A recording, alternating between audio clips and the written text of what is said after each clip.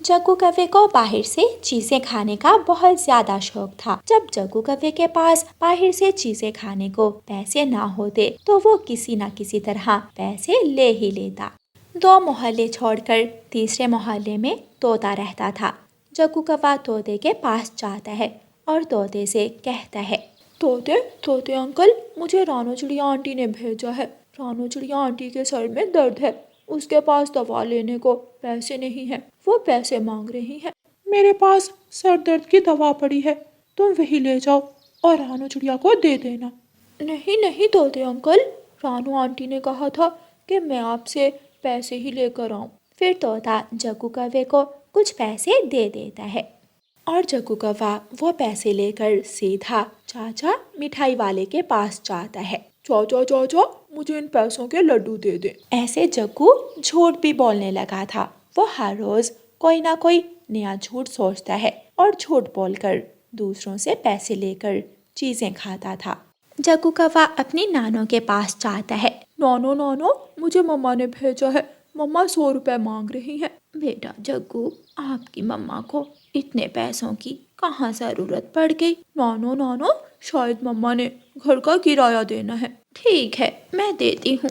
लो, ये लो और संभाल कर जाना, रास्ते में कहीं गिरा ना देना। जग्गू कव्वा अपनी नानों से झूठ बोलकर पैसे लेकर सीधा खिलौनों की दुकान पर जाता है और वहाँ से अपने लिए चाबी वाली गाड़ी लेता है और बाकी पैसों से पानी पूरी खाता है, लड्डू और जलेबी खाता है। जग्गू कव्वा सारा दिन बाहर घूमने के बाद शाम को अपने घर आ जाता है। जग्गू कव्वा जब भी बाहर से कोई चीज लेकर आता तो उसकी मम्मा उसे पूछती ही नहीं थी कि उसने पैसे कहाँ से लिए, इसलिए जग्गू की आदत पक्की हो गई थी। अब तो जग्गू अपनों के पास भी झूठ बोलने लगा था और आज जग्गू अपनी मम्मा से ही झूठ मूठ कहता है। मम्मा मम्मा, मेरे पेट में दर्द हो रहा है। क्या हुआ मेरे बेटे को? जाओ जग्गू बेटा, बुलबुल आंटी से दवा ले आओ। गौरी कव्वी जग्गू को कुछ पैसे दे देती है। जग्गू वो पैसे लेकर आलू चने खाने चला जाता है और सारा दिन बाहर खेलता रहता है।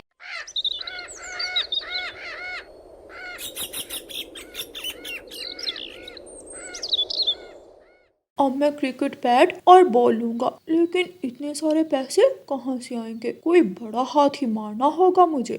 कुछ दिनों बाद जग्गू कव्वा रानू चिड़िया के पास जाता है और रानू चिड़िया से कहता है, आंटी आंटी, मम्मा मेरी मौसी की शादी पर जा रही हैं। मम्मा आपका हार मांग रही हैं। जग्गू बेटा, क्या आपको आपकी मम्मा ने भेजा है? जी जी आंटी, मम्मा आपका हार पहनकर मौसी की शादी पर जाएंगी। रानू चिड़िया अपना हार जग्गू कव्वे को दे देती है। जग्गू कव्वा वो हार लेकर दुकान पर जाता है। चाचा चाचा, ये हार आप कितने में रखोगे? अरे, ये हार तो रानू चिड़िया का है। कबूतर वो हार पहचान लेता है। चाचा चाचा, जल्दी बताओ, ये हार पहले दिखाओ मुझे। जग्गू कबूतर चाचा को वो हार दे देता है। चोरी करते हो? ये हार तो रानू चिड़िया का है, मैं अभी जाकर रानू चिड़िया से पूछता हूँ। जग्गू कव्वा वहाँ से भाग जाता है। पकड़ा गया, आज मैं पकड़ा गया, बहुत बुरा हुआ। कबूतर चाचा रानू आंटी के पास जाएगा और रानू आंटी मम्मा को बताएगी। रानू, क्या ये हार आपका है? अरे, ये हार आपके पास कैसे आया? ये तो मुझे गौरी कव्वी का बेटा जग्गू लेकर गया था, उसकी मम्मा ने शादी पर पहन कर जाना था ये हार। वो जग्गू कव्वा मुझे ये हार बेचने आया था, वो तो अच्छा था, वो मेरे पास ही आ गया और मैं हार पहचान कर आपके पास ले आया। वो छोटा सा कव्वा तो बहुत ज़्यादा झूठा है, मैं अभी जाकर उसकी मम्मा को बताती हूँ। गौरी बेटी, घर का किराया दे दिया था? हाँ माँ, मैंने पिछले महीने ही घर का किराया दे दिया था, लेकिन कल मेरे पास जग्गू बेटा आया था कि आप घर का किराया देने के लिए 100 रुपए मांग रही हो। नहीं माँ, मैंने तो जग्गू को नहीं भेजा। तो फिर जग्गू इतने बड़े बड़े झूठ बोलने लगा है। गौरी कव्वी जग्गू को देखने बाहर जाती है तो रानू चिड़िया उसे मिल जाती है। रानू चिड़िया गौरी कवि को सारी हार वाली बात बताती है।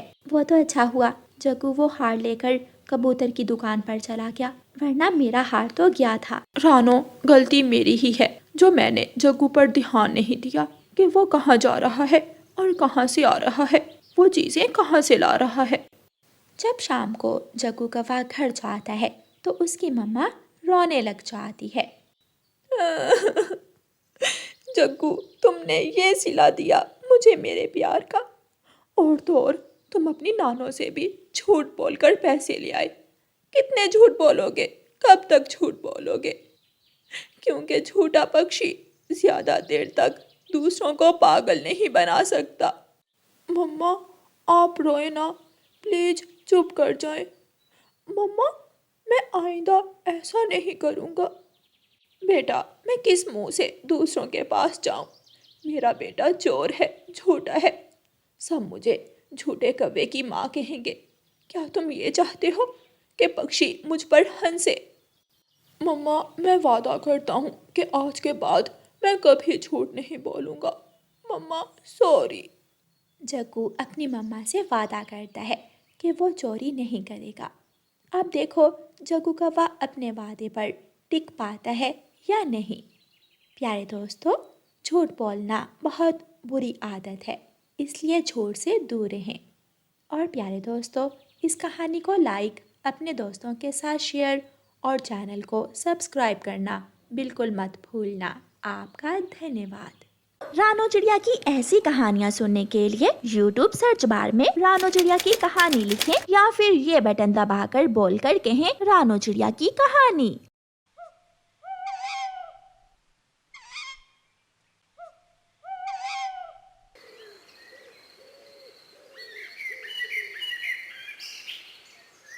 खराब मौसम देखकर सुनीता रानी तितली बहुत डर जाती है। मेरे पंख बहुत नाजुक है, अगर बारिश में भीगे तो मैं कैसे उड़ूंगी? मैं मर जाऊंगी। सुनीता रानी तितली को एक छोटी चिड़िया नदी पर बैठी हुई दिखाई देती है। सुनीता तितली वहां जाती है। दोस्त छोटी चिड़िया, मेरी मदद करो, आसमान पर गहरे बादल छा गए हैं और मेरा घर भी यहाँ से दूर है, मुझे अपने साथ अपने घर ले जाओ। आप जल्दी से मेरे साथ आइए, मेरा घर पास ही है। सुनीता तितली गुड़िया चिड़िया के साथ उसके घर चली जाती है। जैसे ही वो घर पहुंचती है, तेज बारिश शुरू हो जाती है। हम समय पर यहाँ पहुँच गए, वरना मेरे पंख भीग जाते। मम्मा, ये सुनीता रानी है, ये मुझे नदी पर मिली थी और मैं इसे घर ले आई। बेटी, आपने बहुत अच्छा किया, तितलियों के पंख बहुत नाजुक होते हैं। गुड़िया सुनीता रानी को अपनी चीजें दिखाती है और गुड़िया की मम्मा उन दोनों के लिए खाने के लिए मीठा हलवा बनाती है। आपका घर जंगल की दूसरी तरफ है क्या?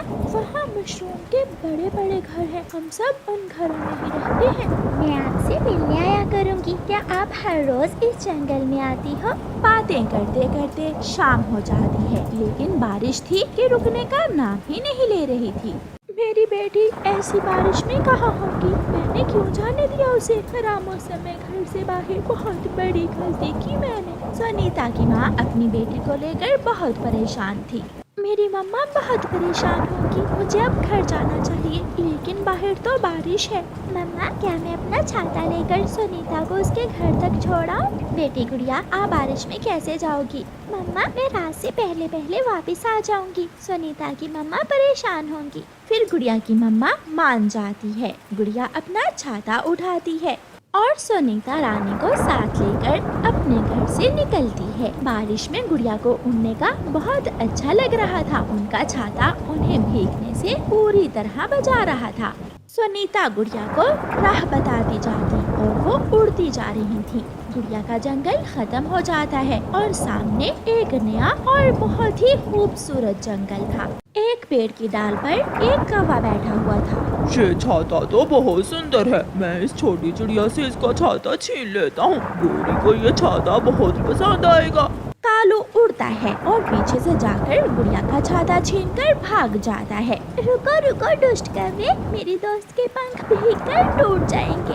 गुड़िया, मुझे बचा लो, मुझे बचा लो। गुड़िया सुनीता को लेकर एक पेड़ की डाल पर बैठ जाती है। गुड़िया अपने पंख फैलाकर सुनीता तितली को भीगने से बचाती है। अब क्या होगा, मैं कब तक तुम्हें बचा सकूंगी, मैं थक गई हूँ। सुनीता रानी तितली रोने लग जाती है। शायद अब मैं मर जाऊंगी, मेरे पंख टूट जाएंगे और मैं कभी उड़ नहीं सकूंगी। गुड़िया, मैं आपकी एहसानमंद हूँ, आपने मुझे बचाने के लिए बहुत कोशिश की। गुड़िया और सुनीता रानी बहुत परेशान थी कि वहाँ एक तोता आ जाता है। तोते के पास एक बड़ा छाता था। तुम दोनों मेरे छाते के नीचे आ सकती हो। गुड़िया और सुनीता जल्दी से तोते के छाते के नीचे चली जाती हैं। अंकल, आप सुनीता तितली को इसके घर तक छोड़ने में हमारी मदद करेंगे क्या? हाँ बेटी, चलो, मैं आपके साथ जाता हूँ। मिठू तोता सुनीता और गुड़िया को साथ लेकर चलता है। जल्द ही सुनीता का घर आ जाता है। सुनीता रानी तोते अंकल और गुड़िया को अपने घर में ले जाती है।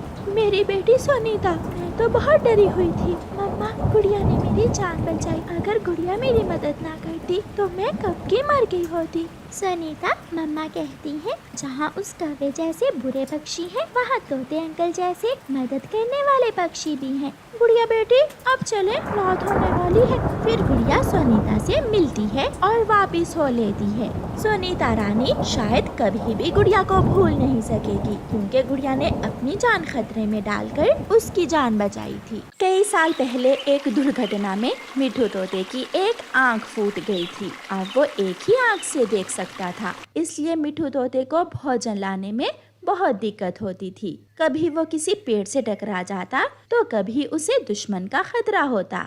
एक दिन एक चिड़िया मिठू के पास आती है। तोते तोते, मैंने एक अंडा दिया है, आप मेरे साथ मेरे घोंसले में आकर मेरे अंडे का ध्यान रखें और मैं अपने लिए और आपके लिए दाना ले आती हूँ। चिड़िया चिड़िया, मैं तुम्हारे अंडे का ध्यान बहुत अच्छे से रखूंगा, मगर तुम मेरे लिए मीठा फल लेकर आना। ठीक है, आप मेरे साथ आ जाइए। फिर तोता चिड़िया के साथ चला जाता है। आप यहाँ बैठ जाइए और मैं भोजन ले आती हूँ। चिड़िया दाना लेने चली जाती है और मिठू तोता चिड़िया के घोंसले में बैठ जाता है। मिठू के लिए मीठा फल तो मिल गया, अब मैं अपने लिए दाना भी ढूंढ लेती हूँ। शाम के बाद चिड़िया मिठू के लिए फल ले आती है और अपना दाना भी। चिड़िया, तुम्हारा बहुत बहुत धन्यवाद, मैं कल से भूखा था, आज मैं पेट भर भोजन खाऊंगा। इसमें धन्यवाद की कोई बात नहीं तोते, आपने मेरी मदद की और मैं आपके लिए भोजन ले आई। आप हर रोज यहाँ आ जाया करना और मेरे घोंसले में बैठकर मेरे अंडे का ध्यान रख लिया करना। मैं अपना और आपका भोजन निश्चिंत होकर ले आया करूँगी। चिड़िया दाना लेने चली जाती। ऐसे दोनों का काम बहुत आसान हो गया था। एक दिन एक कौवा उड़ता हुआ चिड़िया के घोंसले की तरफ आता है। तोते को चिड़िया के घोंसले में बैठा हुआ देखकर कालू कौवा वहाँ आ जाता है। तोते, तुम यहाँ क्या कर रहे हो? मेरी एक आँख नहीं है, इसलिए मुझे भोजन लाने में बहुत दिक्कत होती है। मैं यहाँ चिड़िया के अंडे का ध्यान रख रहा हूँ और चिड़िया मेरे लिए भोजन ले आएगी। इसका मतलब तुम चिड़िया के नौकर हुए? नहीं नहीं, ऐसा नहीं है। चिड़िया मेरी दोस्त है, वो मेरा काम करती है और मैं उसका। चिड़िया खाए तरह तरह के मीठे फल, फलों की खिचड़ी, स्वादिष्ट पौधों के बीज और तुम्हारे लिए लाए सूखा दाना। तुम मेरे साथ चलो मेरे घर में, मैं तुम्हें अपने घर में मालिक बनाकर रखूंगा, नौकर नहीं। ये सुनकर तोते के दिल में भी लालच आ जाता है। कौवे, तुम आज जाओ और मुझे सोचने का मौका दो। कौवा चला जाता है।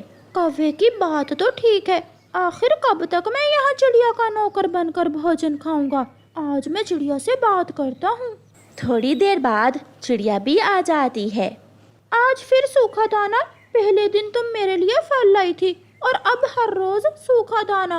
मैं नहीं खाऊंगा ये दाना। तोते भैया, जंगल में सूखे का मौसम चल रहा है, इसलिए भोजन की बहुत कमी है। बहुत हो गया, अब मेरा और तुम्हारा साथ और नहीं चलेगा। कल से मैं नहीं आऊँगा, तुम जानो और तुम्हारा अंडा। तोता चला जाता है और फिर दूसरे दिन तोता चिड़िया के पास नहीं आता। कालू के बच्चे, अगर आज तुम कोई काम वाली ना लेकर आए तो मैं तुम्हारा सर फोड़ दूंगी। काम वाली ना भी मिली तो आज मैं एक काम वाला जरूर ले आऊंगा। एक तोता है जो तुम्हारे बर्तन भी धोएगा और झाड़ू भी लगाएगा। कौवा घर से निकलता है और एक आंख वाले तोते के पास चला जाता है। तोते, क्या सोचा है? मैंने फैसला कर लिया है, मैं तुम्हारे घर में जाकर मालिक बनकर रहूंगा। अब मुझसे और चिड़िया की नौकरी नहीं होगी। ऐसे धोखा देकर कालू कौवा तोते को अपने साथ अपने घर ले जाता है और घर जाकर तोते के पंख काट देता है। तुमने मेरे पंख क्यों काट दिए? एक आंख वाले तोते, ताकि तुम उड़कर कहीं जा ना सको और मेरे घर के काम करो। चलो अब जल्दी से मेरे बर्तन अच्छे से धो दो और फिर बाद में झाड़ू पोछा भी लगाना है। नौकर तोते। तोता बहुत पछता रहा था क्योंकि उसने कौवे के पीछे लगकर एक अच्छे दोस्त को खो दिया था और अब हमेशा हमेशा के लिए कौवे का नौकर बन गया था।